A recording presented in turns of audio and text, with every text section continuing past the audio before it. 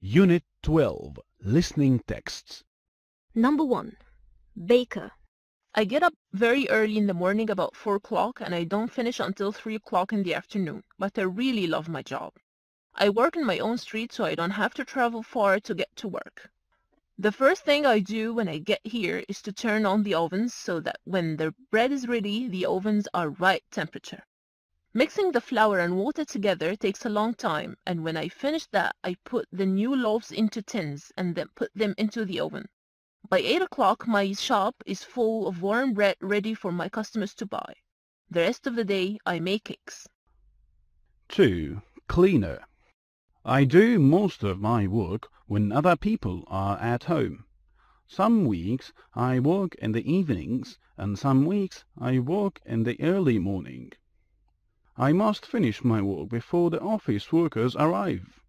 It would be impossible to do my job when everyone was working.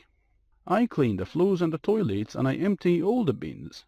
I do not touch anything on the desks, even if they are very untidy.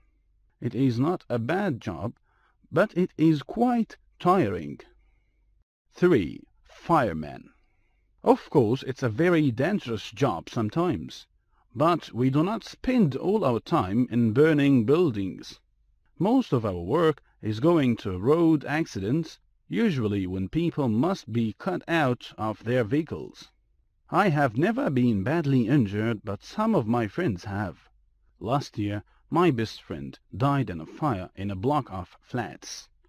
When I'm working, I do not think about the dangers, because I'm too busy risking people. But later, at home, I think about what I have done.